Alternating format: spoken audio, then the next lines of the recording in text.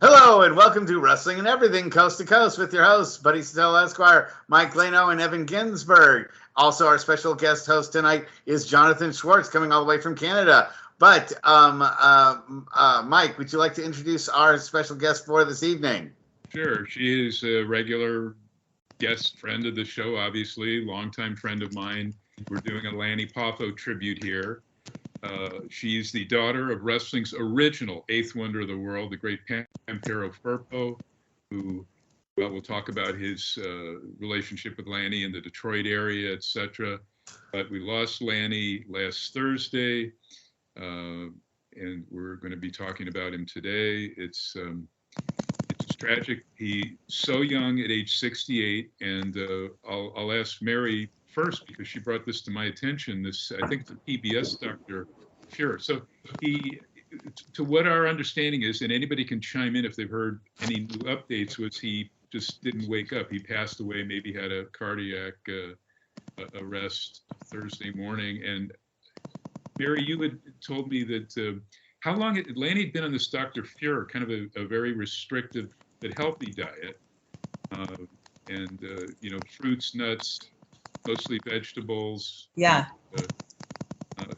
And we'll get into WrestleMania 2015 when he came out and had us as his family and friends. That entire weekend, Hall of Fame and WrestleMania itself. And did you take him out, or did you go shop for Whole Foods to get him the distilled water, which is really all he was drinking, and all of the food that he could eat, to stay on diet? Yeah, that's right. He was an adherent of the Dr. Joel Fuhrman. He calls it G-bombs.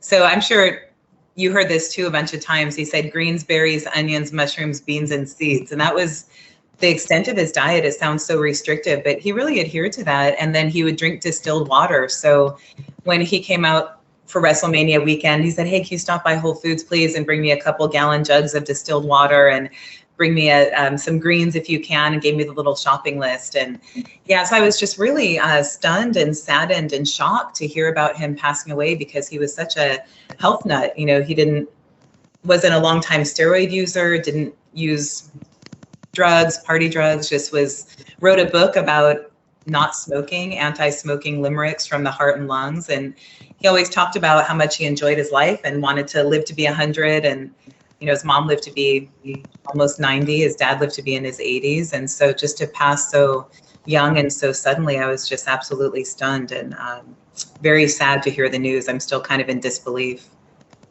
And you were so close to him. I want to bring in Evan on this because I'd known Lanny since '77 when he followed Eddie Gilbert and some others in subscribing to my newsletter. He actually, before 1980, he produced two, Mimeo, the old, way before Xerox. He had a wrestling poetry, two books. This was way before his '88, his more famous book, Wrestling with Rhyme, and then the health book, which was geared towards children of all ages, varying groups on up to adults, protecting heart and lungs. So he's always about health. But Evan, before we talk about the WrestleMania 2015 thing with Mary and myself as his family and friends there, he was a big help as Evan was. Evan came in kind of early for my 1992 Sam Munchnick 3-day weekend convention, and Evan was a huge help. But Ev, I was going to ask you, because I haven't even asked you this. Was that where you first met Lanny? Yeah, that's where we first met. And he brought in, if you remember, I don't know if he was dating, it was a physical therapist, chiropractor, female, and he knew I was stressed out because I've been planning this thing for 14 months. So he brought her out, and she just helped de-stress me and help some of the older wrestlers like Killer Kowalski and Ox Baker and Rip Hawk with their back and neck issues and stuff. And it's just, at all points, the reason I'm bringing this up on through all the years he knew Mary and goes back to when Lanny and Angela first came in, it was Lanny's second territory. He was at a very small one at the beginning when his dad helped break him in, but then they came into Detroit for the Sheik. That was Lanny's first true major territory. And Randy was fresh out of the St. Louis Cards farm system. He had, so he came to wrestling a little bit later, but so 75 they come in. Sheik puts the tag titles on Lanny and Angelo. That's, of course, Randy and Lanny's legendary father, who set that Guinness Book of World Records for sit-ups. I forget. One of you guys can chime up, maybe Jonathan, if you know the number. Was it like 5,200? No, it's over 6,000. 6,033, the 33 being for each year of Jesus Christ's life. Angelo was pretty religious.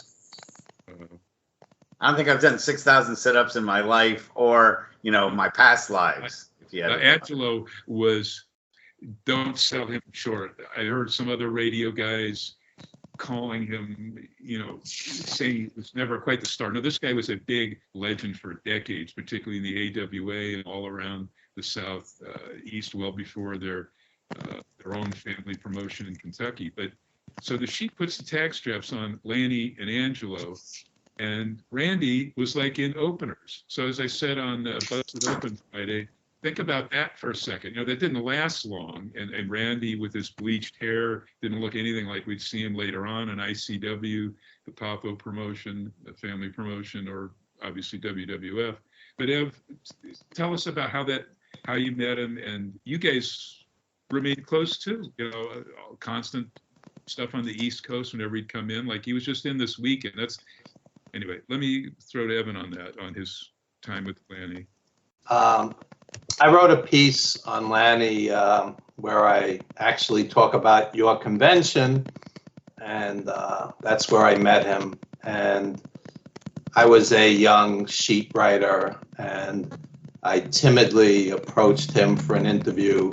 And the first time I met him, I didn't know him whatsoever, and couldn't be any more gracious and accommodating. And during the interview, you could tell just how much he loved his family.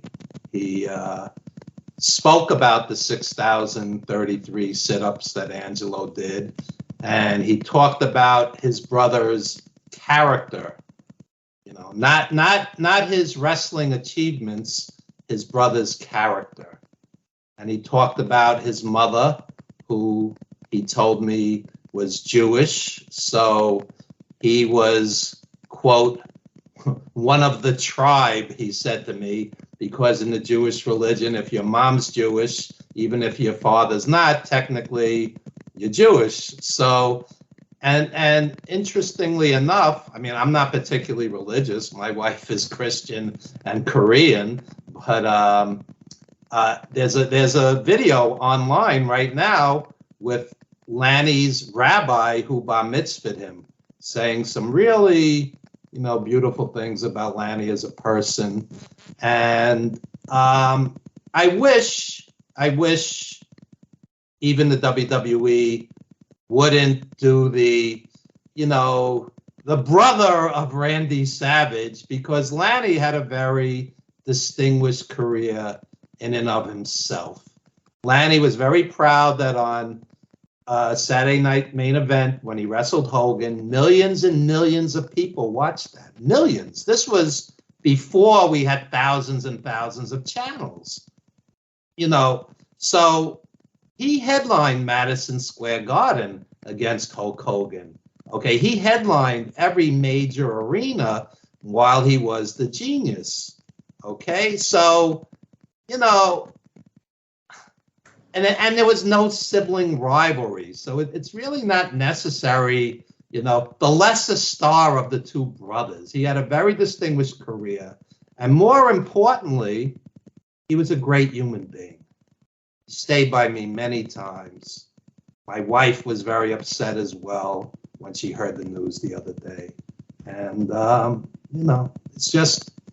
it was a brutal couple of days because, as Mary and Mike were saying, and as I heard from him, with my own ears, fruits, grains. It was almost like a mantra. He would just say fruits and grains, and the guy took care of himself.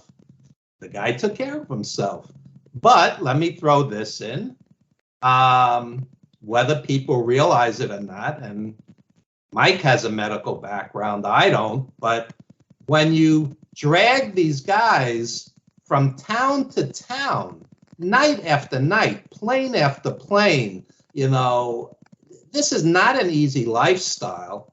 And back in the Hulkamania era and right after, these guys were working 300 plus days a year when they were on top.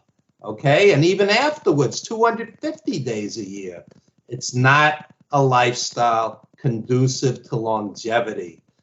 Bret Hart made a comment, about being treated like farm animals. Let's get every dollar out of these guys, drag them to another city, another arena. So as Mary was saying, yeah, try to get me some healthy food while I'm running from place to place to place to place. This is not easy. People don't grasp this. Also because the Superman physiques, the cartoon comic book physiques are, pushed. These guys carried a lot of weight on their heart for many, many years.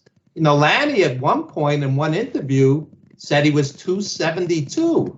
This was after his peak years, but that's a lot of weight to carry on your heart.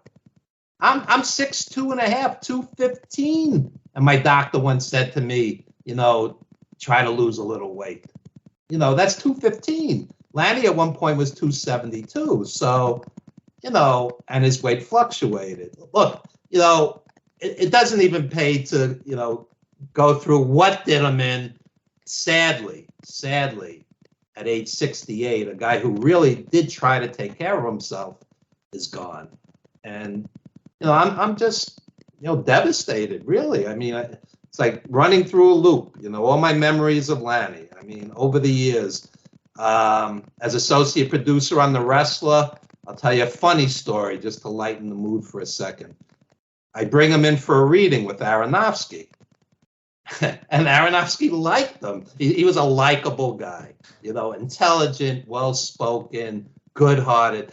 Aronofsky liked him. So Aronofsky says to me, Evan, he looks too healthy, okay? Because the movie's so dark. The autograph scene where everybody's an absolute mess, he goes, Evan, he doesn't fit the part, So, and Lanny was amused by it. I didn't get the role because I look too healthy. So, anyway, I don't want to hog the everybody else. I'm sure wants to express. Jonathan, what are your thoughts of Lanny? Well, I'll say that, so Lanny was one of the reasons that I became a wrestling fan. I remember tuning in 1985, 1986 at the beginning of Hulkamania. And at that time, when you're watching wrestling, you don't really see top star against top star. It was often top star against somebody who was going to be a little bit lower on the card. And Lanny always stood out. This is before I knew he was related to Randy Savage or to Angelo or really anything about the backstage part of the business. I was a kid, but man, did he stand out. He was doing moves at that point that I'd only ever seen Tiger Mask do in the one or two matches they showed of him. He was doing backflips and drop kicks and flying moves of all kinds. And he was colorful. He had the chainmail jackets, the frisbees that he threw out to the crowd, and the poetry. And he really kind of stood out. And it wasn't something that was pushed on him from on high. It wasn't a gimmick that was assigned by committee. These were things that he came up with on his own, that he pitched to whoever was backstage, and he ran with it. And he was one of the first wrestlers as well, who I remember, who made that kind of transition between two very different characters. If you look at him from about 1985 to 1992, he's colorful. He's got the perm going on. He's rocking the mustache. He's flying around the ring and ultimately getting a lot of offense in compared to a lot of other people who were enhancement talent, but rarely picking up victories, at least on TV. Then out of nowhere, he starts cutting a rhyming promo against a local sports team. And just vicious stuff for the time. I think it was against Boston that he did it, right in the middle of the ring, still in full Leaping Lanny character. Goes away for a couple of weeks and comes back in full cap and gown with the whole genius persona. I find out later that he actually borrowed some of that from his dad, who ran a similar gimmick back in the territory days, where he would come to the ring in a cap and gown as well. And it was, there was this whole long tradition that I learned about later about intellectual wrestlers being heels. And the really interesting thing about Lanny as he developed in the genius role is he also kind of burrowed into another thing that would kind of become a trope in wrestling, which is the idea of the effeminate heel, which goes back to Gorgeous George, Adorable Adrian Adonis, Adrian Street, all those guys. But Lanny played it differently. He was interviewed a few years after his run, and he made clear this was a choice on his part with the character to distinguish him from all these other guys, where he was completely oblivious to it. He would prance around the ring and do all of the mannerisms that fans would read in a certain way. But so far as he was concerned in character, he was completely playing it straight and couldn't understand why fans were reacting the way that they did. Again, this is the 80s and early 90s, and people kind of saw the world a bit differently, but just really compelling whether he was working as a good guy or as a bad guy.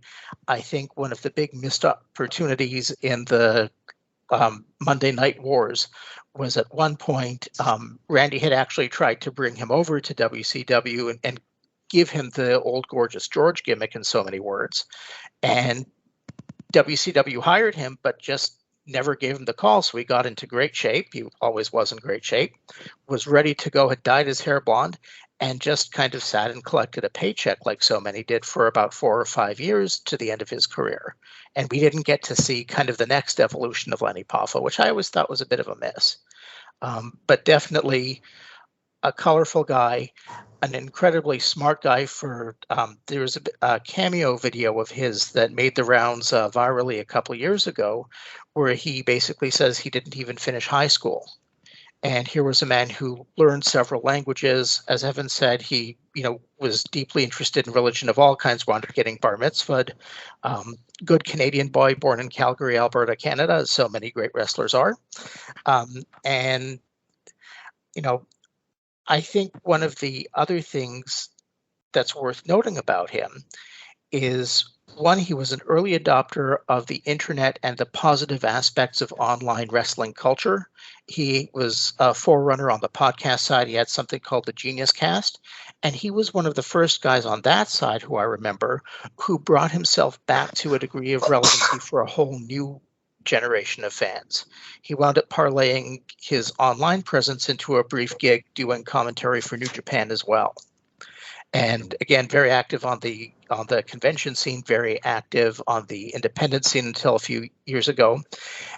And I think the really important thing here is this, despite the fact that he's one of the few wrestlers who I'm aware of, who, at least from that era, who was able to get out and make a living outside of wrestling and have a life outside of wrestling and go back in because he wanted to. And I think that that's one of the better things that can be said for him, that when you think of how many people wound up kind of chewed up and spat out by the business, which is an unfortunate part that we kind of need to acknowledge, it's terribly sad that he passed so young. But I don't think that he falls into the same category as so many wrestlers who get chewed up and spat out. He was able to get out. He lived life on his own terms. He passed away. His last social media posting showed that he'd gone to see the play Wicked on Broadway and had a great time. He really, it's trite, but he really lived his life to the fullest and got to experience a lot that it seems many in this industry don't. So I'm saddened by the loss, but I'd like to get your thoughts. Positive overall. Yeah, Mary, I'd like to get your thoughts on. Sorry, I didn't mean to overstep. No, that's all right. We want to get Mary in there though while we have time. Mary, I appreciate that. I agree with Jonathan what he said for sure about how Lanny really lived his life to the fullest, and he had such a positive attitude. Those are the things I use to describe him to my friends and my family. And I was thinking actually about a story my brother and I were reminiscing, and it shows his motivational encouragement. He was always just such a positive presence, Lanny was. So my dad first met Lanny in Hawaii in the 1960s when my dad was wrestling as the missing link instead of Pampero Firpo. And Angelo was there wrestling. Angelo Poffo was tagging with Killer Kowalski and wrestling single matches with Peter Maivia and Neff Mayaba. And my dad was tagging with Gentleman Jim Haiti, who Lanny told me some stories about. And Lanny said that he and Randy really loved Jim Haiti. And Lanny was only 12 at the time. Randy was 14 when they met my dad in Hawaii. And then less than 10 years later, they both were wrestling against my dad in the Sheik's territory, the NWA in Detroit and in Ohio. So I wish I had pictures of Lanny wrestling my dad. They wrestled together. They wrestled against each other in Toronto in '76. They wrestled against each other in Toledo. And, you know, Angelo and Lanny were doing the father-son tag team. And then my dad was wrestling he wrestled tag team with Flying Fred Curry a couple of times against the Poffos. And my dad wrestled tag team with Kurt Von Hess. And so they did some programs together. And that was in 1975, 1976. And Lanny was only 20 years old. Angelo was 50. My dad was 45. So I was born in '75, and I connected with Lanny actually about 10 years ago. I found some body press memorabilia that my dad had saved. I brought it. This is a fight card with the Poffos, and if you can see it there, the Poffos wrestling against Flying Fred Curry and Wild Bull Curry, and they were world tag team champions, and this was in 1975. That was the Sheik's Detroit Kobo program. Mary, hold that up again, because it was, yeah. This was in Detroit. They list the promoter. Yeah, it says Francis Fleischer. But Francis Fleischer was Joyce Farhut's dad, had nothing with wrestling. He was the figurehead because Sheik, Ed Farhut, and his wonderful wife Joyce ran the promotion, but they had to have figurehead promoters. One of the very few territories where the guy listed as a promoter, in fact, was not, because the owner of the territory, and I think some of the Detroit historians, Steve Brzezinski, Terry Sullivan, had said that Sheik bought the territory, I guess in 63, 64, 65, somewhere in there. Yeah. Yeah, look at that. See, there's Randy on the right, with the bleached hair. No, that's actually Lanny on the right with the bleached blonde hair. And so that's the manager there. Is that Saul Wengeroff? Yeah, that's gentleman Saul Weingroff. And then this is Lanny. You can see Lanny better in this one. The other one's kind of underexposed, but this is Lanny on the right with Angelo. And my dad had kept this memorabilia, and I'd found it. My dad was 83 at the time, and I hadn't, it was in 2013, 2014, and I had never connected with Lanny, and it was after Randy passed away, unfortunately. And so I had seen Lanny's website. Like Jonathan said, Lanny was on the internet, part of the positive wrestling culture. He had his LannyPoffo.com genius website. So I just sent him an email and said, my name's Mary Fries-Pampero Firpo's daughter, and he had some memorabilia of you and your dad when you were tagging in the 70s in Detroit, and are you interested in having it? And I said, you and your dad are on the cover. And this is Angelo wearing his cap and gown, like what Lanny wore later. And there's Saul Weingroff and on the side, and then Lanny in the middle.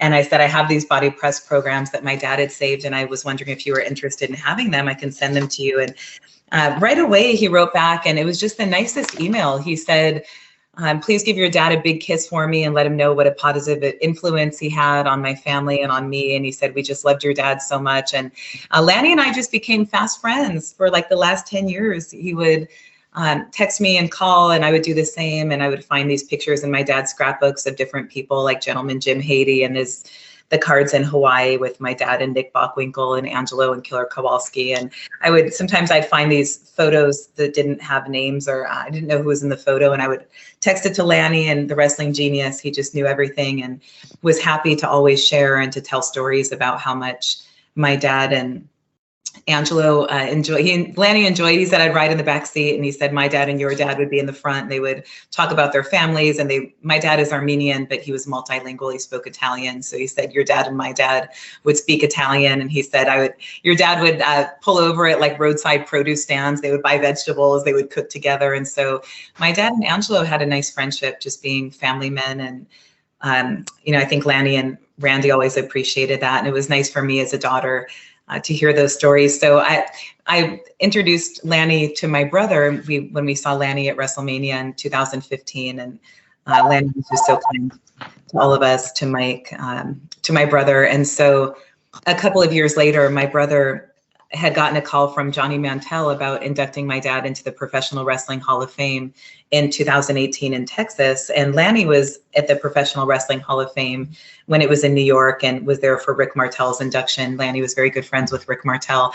And so I said, what do you think, Lanny? Like I said, it was in 2018. I said, my dad's 88. He hasn't been on an airplane for a few years. I'm concerned about putting him on a plane, and going out there with my brother and me, what if a medical event happens, or what if, and Lanny said, yeah, I understand your concerns. And I said, my brother is really interested in taking my dad. My brother's 5 years older than I am. And I said, my brother's like really wants to do this. And I said, I just don't think it's a good idea. And, could you talk to my brother and maybe give your perspective and kind of talk him out of it? And Lanny said, I could do that. Okay. And so I got my brother on the phone call and I talked to Lanny about all my concerns. And Lanny said, yeah, I understand how you feel. And let me talk to your brother. So when he got on the phone with my brother said, talked to Lanny and said, this is why I want to take my dad and I think it'd be good for him. And I was expecting Lanny to say, yeah, but I understand that it's a long way away and maybe it would be hard on your dad. And instead, Lanny, with like that beautiful speaking voice, and he was so encouraging, he said, well, I think you should go for it. I think your dad would have a great time and I think you should go for it. And I was on the other end like, oh my gosh, I just told you not to say that. I was hoping that he would discourage my brother, but Lanny he was like that. He would grab the bull by the horns. He wanted to experience life and he didn't want to discourage my brother. And my brother said, oh, okay, good. He said, I'm glad that you feel that way. And my brother actually just sent me a text today. He said it really was Lanny's encouragement of him that inspired us to take my dad on that weekend in Texas. And I'm so grateful. At the time, after my brother got off the phone, I was like angry with Lanny, not infuriated, but I said, that's exactly what I told you not to say. Now my brother's going to go. And what if something happens? And, subsequently we had such a wonderful weekend, my dad and my brother and me in Texas for the induction. And my dad passed away less than 2 years later. And I thought, thank God we had that time together because he was just overjoyed to be around that wrestling community and to feel the love from the fans and the wrestlers. And what a special weekend. And I thought, if it weren't for Lanny, I don't think we would have gone.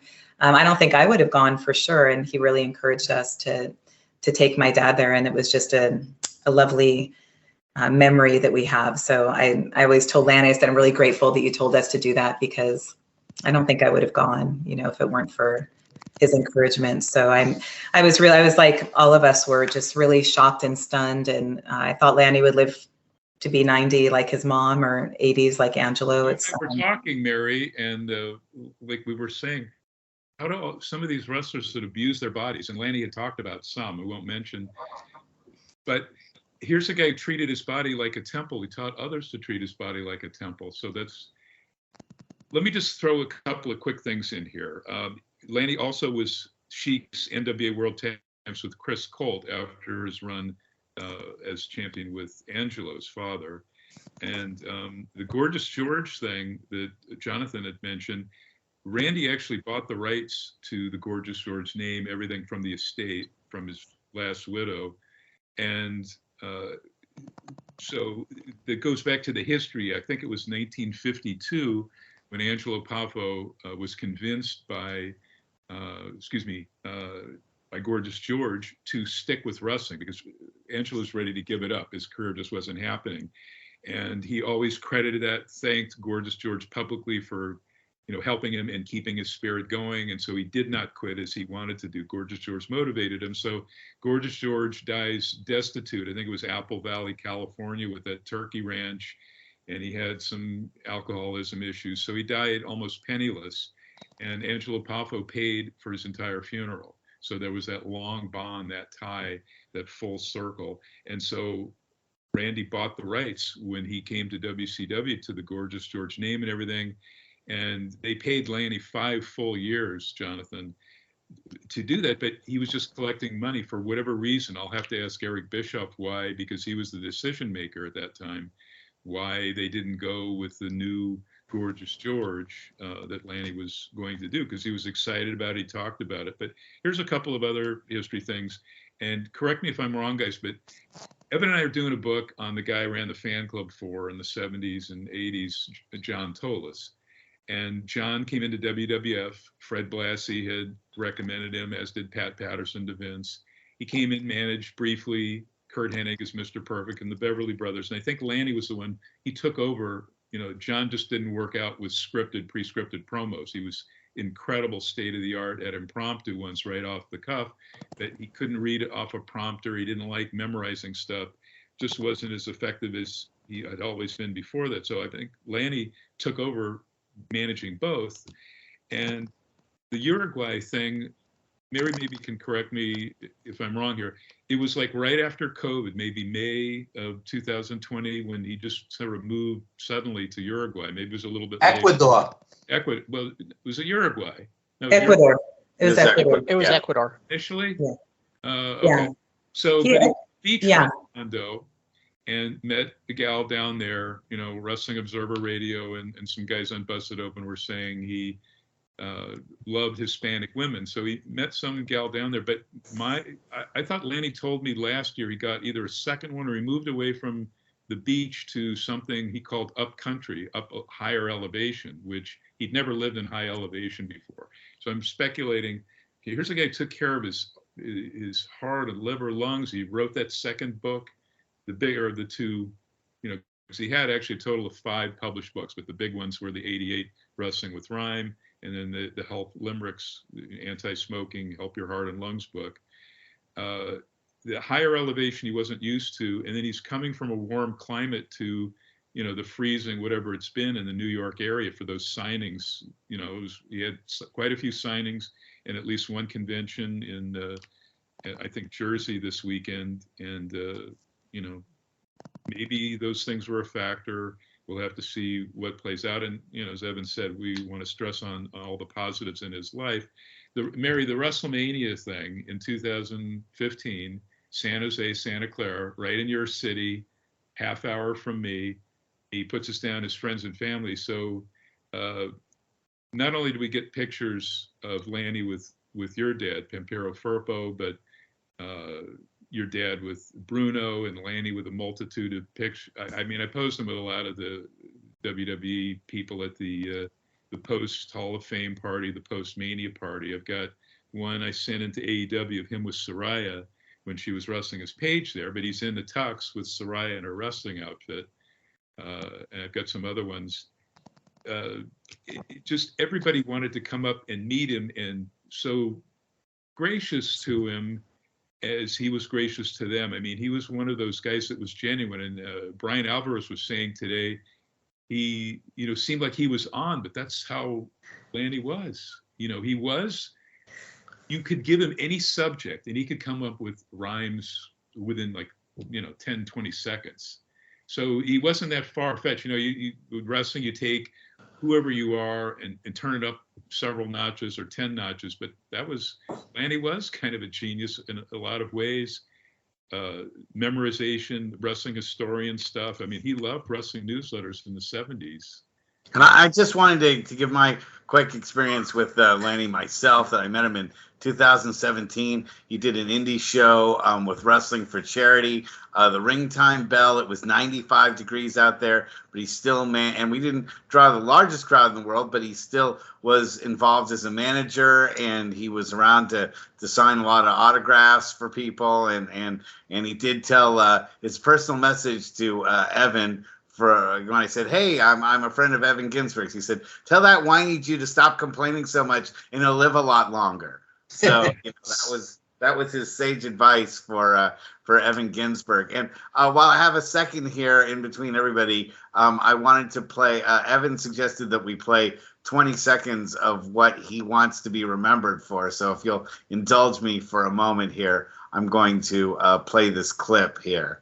So here we go. To earn my money. How do I want to be remembered? As somebody that made a little difference, somebody that tried to give a little bit more than he got, somebody that tried to help others, and somebody, it's nice to be important, but more important to be nice. I know I say that a lot, and that's not original, but it's important to be nice. Is that from your interview, Russ? No, that was from a different interview. The Old Boys Show. Yes, let me read something that Mike Rogers from Portland. He's the big historian of Pacific Northwest. He's got 3 books out, but his second book, Excitement in the Air.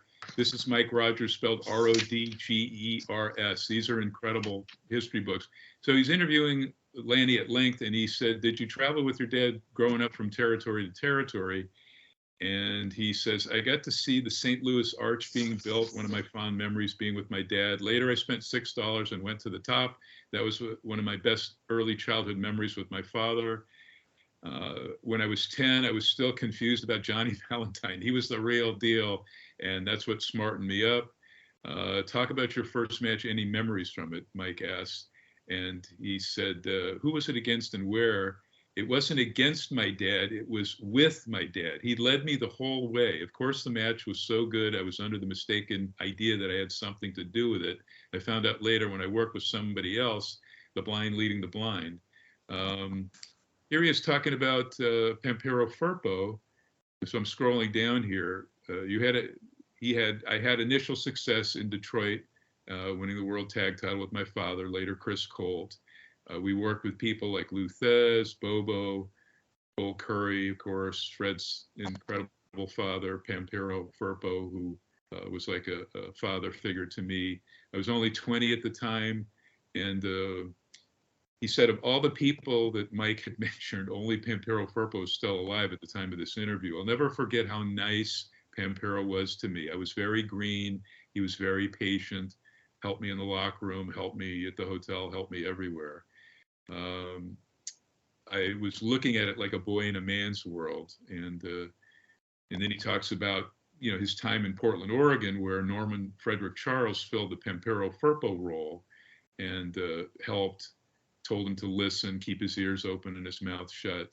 And then he was talking about the great talent up there: Bull Ramus, Roddy Piper, Dutch Savage, Jimmy Snuka, Killer Tim Brooks, Adrian Adonis, Jesse Ventura, Rick Martel, which is where their friendship started that Mary was talking about, and obviously Evan. So the one thing I think we've all agreed on tonight, all of us, is kindness and respect for others. And when, certainly, Randy helped Lanny get into WWF, but Lanny ran with it and succeeded not with one but two characters. And, again, was on that Saturday Night Live main event, beating Hogan with a count out, but still beating Hogan, seen by millions and millions of people, as Evan said. So Can I just add one thing? Lanny had no bitterness towards the business, unlike many. Lanny always said to me, I saw the world on the promoter's dime. Went all around the world, exotic places, made a lot of friends, had a lot of great experiences, left financially secure, lived a wonderful semi-retirement. He picked his bookings, what he wanted to do. As Mike said earlier, he didn't need the money. What was he doing besides FanFest and stuff, where he'd come back, and maybe that put some stress on his heart, flying back and forth from South America to the U.S., to the Northeast in particular. But what was he doing maybe before he moved to South America outside? He was very family oriented. So he had his daughter Megan. He has two young grandsons, and they live, I can't remember if it's Kentucky or Tennessee, but he would visit his daughter and his grandsons, and he was interested. I said, why are you going to Ecuador? I thought that was a really Ecuador adventurous thing to do. And, he'd never lived outside the country, and he's in his 60s. And he said that he wanted to live in a temperate climate. He said Florida is so humid. Ecuador is by the equator. It's 80 degrees year round. And I said, do you speak Spanish? I speak a little bit. I took it in high school. And he said, there's fresh fruits and vegetables there. I just want to pound sand and relax and exercise. And he said, I can always come to the States whenever I want to do conventions, to visit his daughter, the grandkids. And he had actually gone out to Ecuador probably in 2015 or 2016, but his mom was still living, Judy. And he said he didn't want to go, and, he wanted to make sure that he took care of his mom. So he was always very selfless. And when he went out there, I remember he sent me a brochure of the place he was going to visit. He said, I think this is where I want to live later. And he said, if I don't do it now, I'll never get to. So it gives me a measure of peace that he was really, like Jonathan said, enjoying his life. He was doing what he wanted to do. It just seemed like he'd never been happier the last couple of years, just living life on his terms. And enjoying that adventure. But he'd gone out there to look at a place, and he sent me the brochure and the video, and he said, I think this is where I'd like to live. And when he came back, he said, it's kind of like one of those, you see the 5-star hotel online and you show up in person, it's next to a nuclear plant. He's like, it wasn't what I was expecting, the initial place that he had gone to. And he was most disappointed that the gym wasn't done. So he said, in the brochure, they said they had a state-of-the-art fitness facility. He said, I went down there, the gym wasn't done yet. He said some of the options it was like an expatriate type community. And he said, I went down there, I'm an American with money, I was ready to buy something. And he said, it wasn't what was advertised, and like you had said, Lanny was always the real deal. Like he was what was advertised, he was who he was, and always stopped to be kind. I'm a teacher, I teach 6th grade. So I always appreciated Lanny emphasized education, anti-smoking education. And also when he would tell me when he and Randy were out and about, like Randy would do the same thing. And nobody imitated Randy like Lanny did. You close your eyes and thought you were hearing Randy. And he would talk about the things that he and Randy had said to kids, like, how are you doing in school? Are you obeying your teacher? Are you turning in your homework? And I thought it's really good. They always strive to be role models and to present a positive, encouraging attitude. Lanny said that Red Bastien told him, when you wake up in the morning, you can get on the sad bus or the happy bus, and I choose to get on the happy bus. And Lanny said that he adopted that as his philosophy. Why be bitter? Why be upset? There's always things to be grateful for, things to be happy about. And he was somebody who always thought of others, always self-deprecating, like Evan and Jonathan and Russ and Mike mentioned too. He was somebody who really held his own. In that match against Hogan, he looked great. He had a handsome guy, great physique, big and agile. He was doing the moonsault from the second rope that anybody credited him that. I said, no, I just saw Tiger Mask. Like he always passed the credit to somebody else. And Lanny told me too, that he was really influenced by Ricky Starr, who was wrestling in the 50s and 60s and became a big star in England. And Ricky Starr, I guess, had a ballet background, or he would do those effeminate kind of moves. And Lanny said that always got heat. Ricky Starr was on a lot of the Madison Square Garden cards that my dad kept, where it was the main event was Antonina Rocca and Miguel Perez, but Ricky Starr was on the card. And Dave Meltzer had said that when Ricky Starr was on the card, those were like the sellout gates, that even though he wasn't the main, Ricky Starr really got a lot of heat from the fans. And Lanny said that part of his shtick is the genius. And when he was kind of prancing around with Hogan, which Hogan encouraged him to do, he said that was really modeled after Ricky Starr. So, just a student of the wrestling business, a fan, loved his family, took care of his mother, loved his mother, his daughter, his grandsons, and always took time for the fans. Always, I think Lanny always remembered what it was like to be a little kid too, like a boy in a man's world, and maybe he'd be intimidated by the people around you. And he would get down on the ground and look the fans in the eyes, and always had a kind word for everyone. So I'm glad that he wanted to be remembered that way, because I think that's how we all remember him.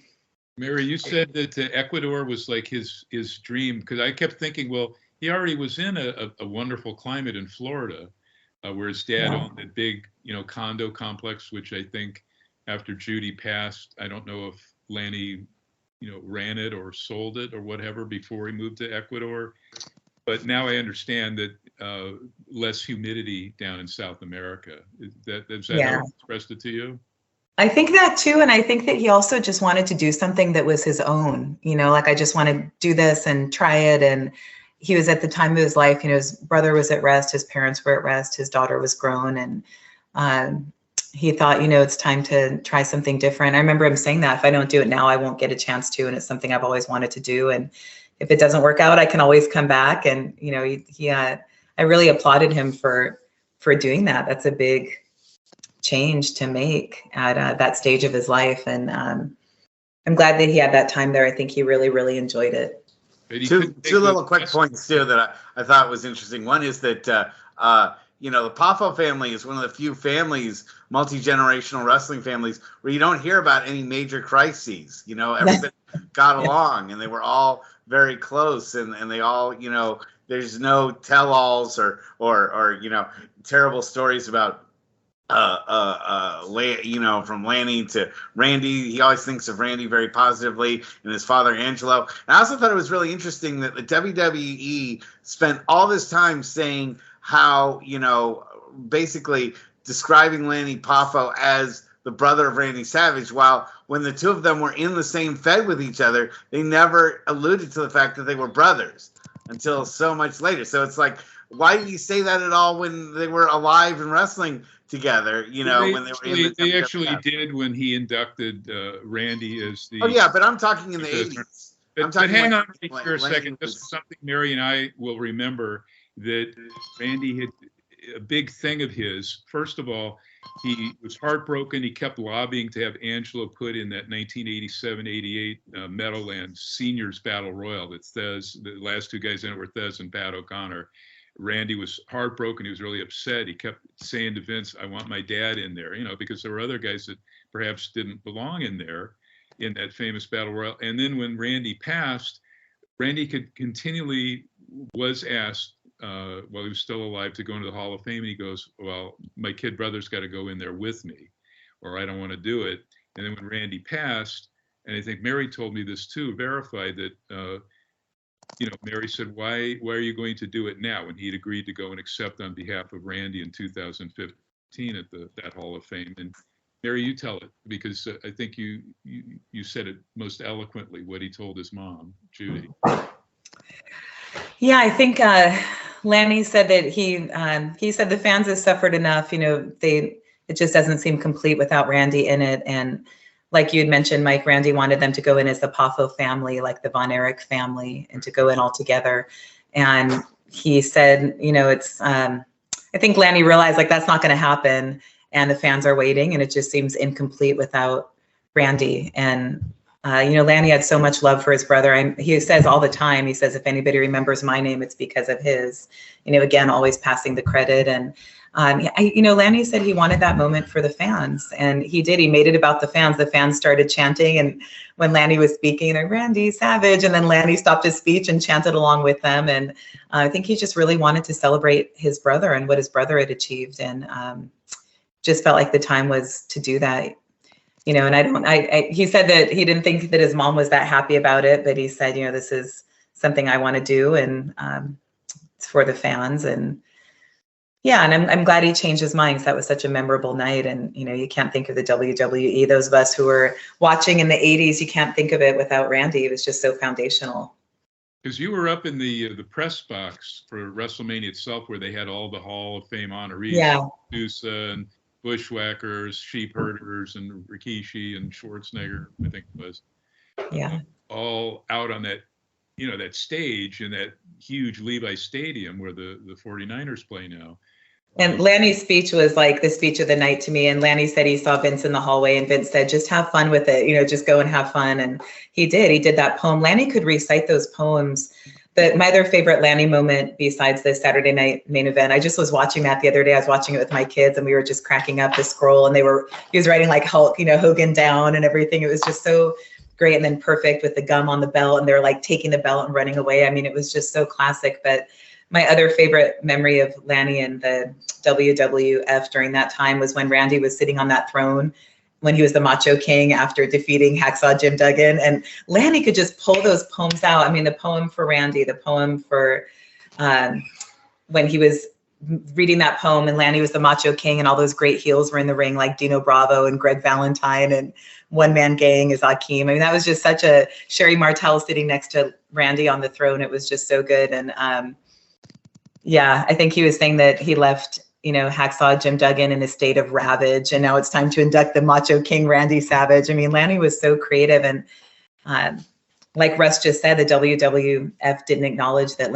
they were brothers, but Lanny's reading that just as a genius. Right. They didn't open with like a photo of Lanny. They didn't have any vignette or video package. It was just Michael Cole saying like 2 sentences on SmackDown, which I know some of these other promotions, I'm sure Impact this coming week or AEW will do a better job, or MLW.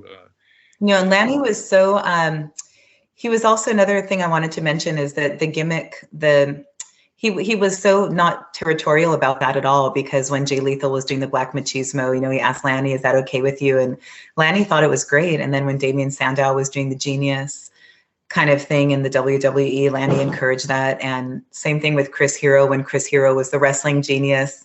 Cassius Ono in NXT. And Lanny was always very supportive. And he was like, was mentioned, he wasn't somebody who was bitter or who would say, well, in our day, but the current scene isn't as good. He was the opposite. He always said the things they're doing these days and the moves they're doing and the athleticism and it's evolved. He always really supported what was happening in the current scene. And I always thought that was really good. He was, my dad was always really happy for Randy and Lanny's successes, and they were happy for others' success. It's just life goes on and the business continues, and Lanny always just endeavored to be a positive part of that. And I thought that was really special about him. Never an unkind word from him.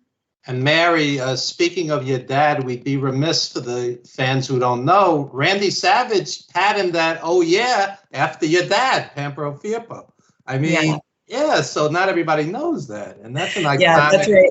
I was really, I was grateful to Lanny also because Lanny always said that. Like Lanny always said, Randy got the, oh yeah, from your dad. And we as a family knew that, like we knew that.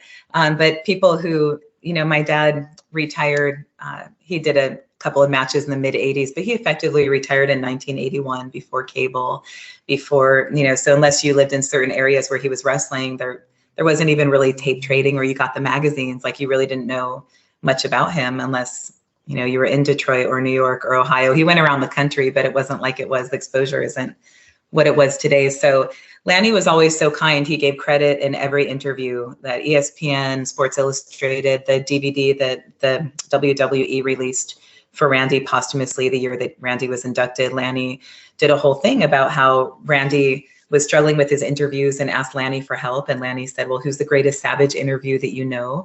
And Randy thought back to that time in Hawaii when Randy was a teenager, and he said King Curtis Iakea, who was really popular in Hawaii in the 60s. And he said, and Pampero Firpo. And then Lanny said, well, why don't I remember Firpo did the, oh yeah, why don't you do that?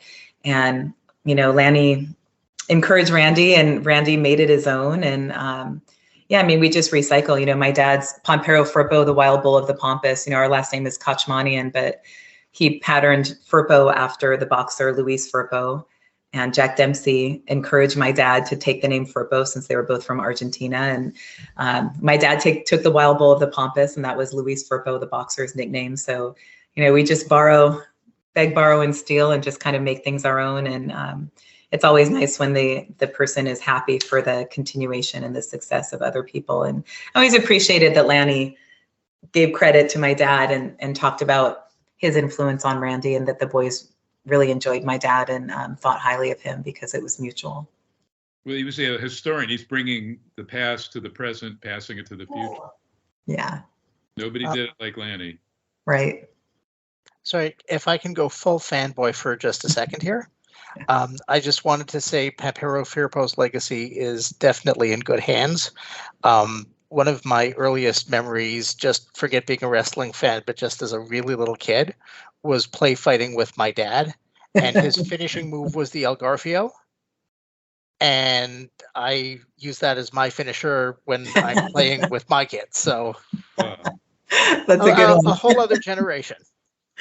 And Mary, I watched your dad when he was in New York when he fought Pedro Morales, and I watched your dad on LA TV back in the 70s. So I grew up on your dad. I appreciate that. I'm sorry that I missed so much of his career. I was born in 75. So just little bits and pieces, wrestlers calling the house on the telephone and things like that. I have an older sister, I have an older brother, and I had an older sister, and they said that kids on the playground would talk about like Julie's dad or John's dad just did this and that. They were a little older than I was, but I can see why the Poffos were such dear friends, and it was mutual, two of a kind. Well, I hope everybody enjoyed our tribute to Lanny. We will continue to talk about him, keep him in our hearts and minds.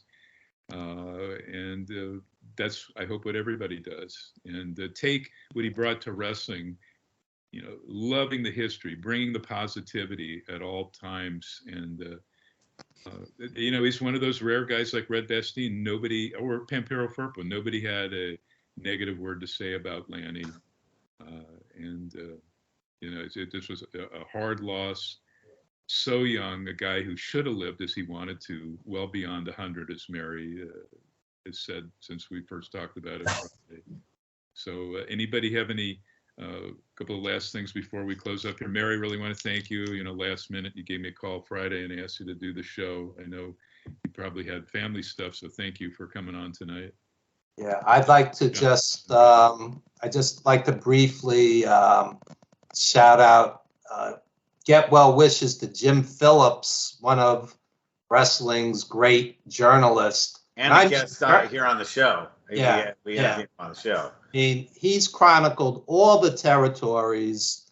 He's got a ton of work at Pro Wrestling Stories. I mean, a real journalist. He's not just recycling Meltzer with the latest, the latest scoops or whatnot. This guy, really knows his history, and he's had a very, very serious medical issue, and he's hospitalized, and good guy, friend of mine as well. And also get well to Scott Bernstein, a dear friend of mine and fellow dentist like Mike Lano.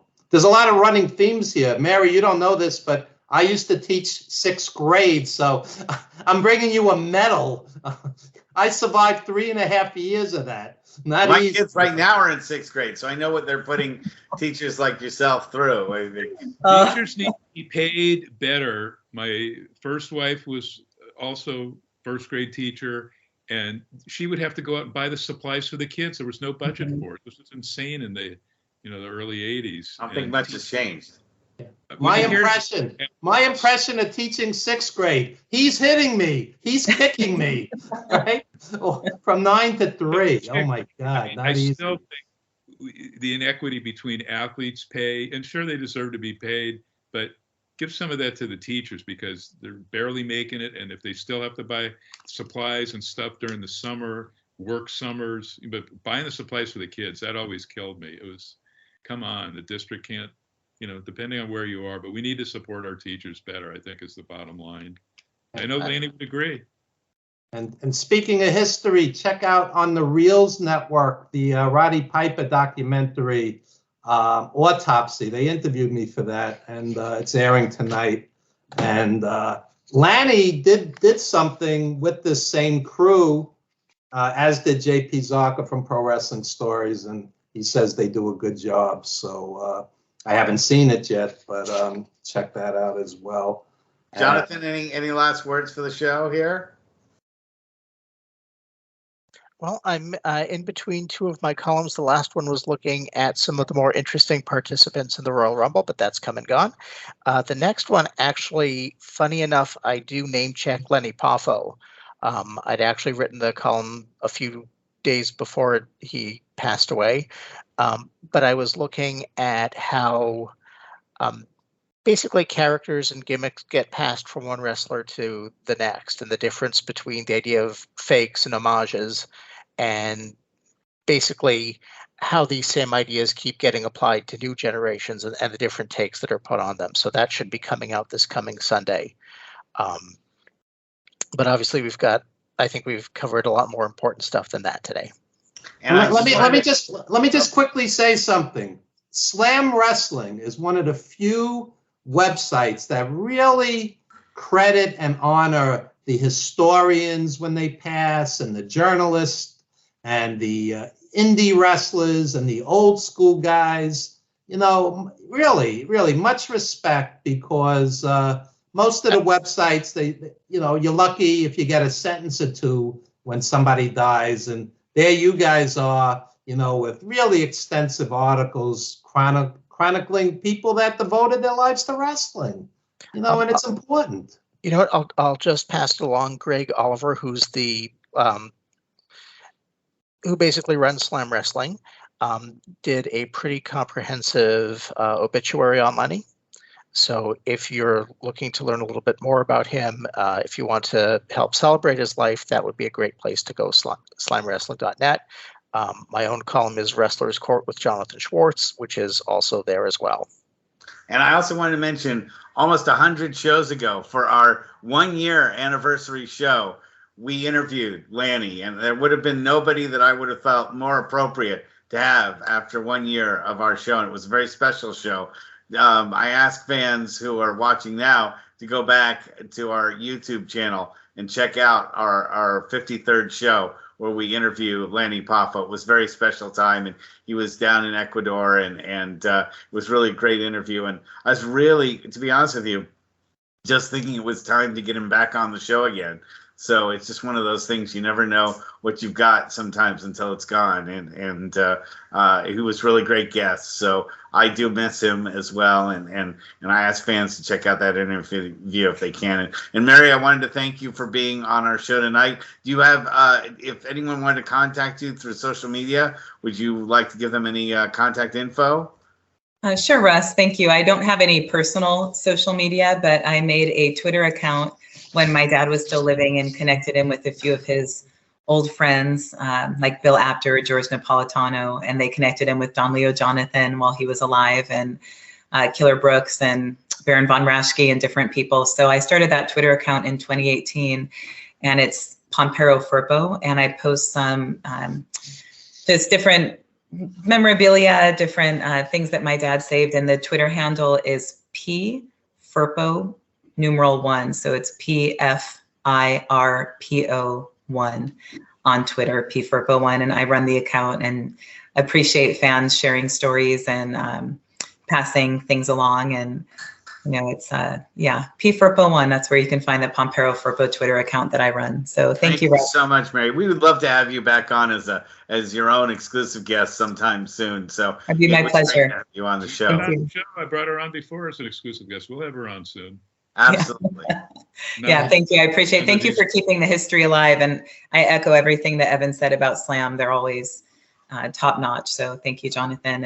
And JP Zarka from Pro Wrestling Stories was just heartbroken over Lanny. He did the Genius Cast. He did all those radio shows with them, and I'm glad he documented all of Lanny's stories and history. That's all there. If you go on YouTube, there's tons of Lanny interviews, wrestling footage. It's so nice because, like I said, I watched your dad in LA, and those geniuses erased all the tapes. I mean, how cheap could you be? They erased the tapes to save money on tapes. The argument from Roy Shire, my two bosses, Mike LaBelle in LA, Roy Shire, San Francisco, the 3/4 and 2-inch tapes were $20 each, and so they would just bicycle them. They would go around the territory and then they would tape over it. So they told us $20. Monsel's powder thing, but some promoters like the Sheik kept most all of the stuff. You can watch it. The New England Sports Network Wednesday nights. The Sheik and Mary's dad are on there. That classic All-Star Wrestling. It's like 2 a.m, so just DVR it. Half hour. The Rock and Adam Parsons bought the PM Pedro Martinez. That was the promoter of worked on and off with the Sheik, but he was the main promoter working with Johnny Powers in Ohio and Buffalo, New York, and sold that collection to this family. So they're putting it on there for free. So they just recently had, I'd never even seen this Tiger Jeet Singh Sheik match not the Maple Leaf in Toronto, but some house show venue. I think it was like 1975, 74 in Ontario. Well, in the meantime, we have people like Mary to help keep Pampero's memory alive as well. So we really appreciate that. Thank you for being on the show, everyone. We got to head out. So we'll see everybody next week. Thank you, everyone, and good night. Good night, guys. Thank you, everybody.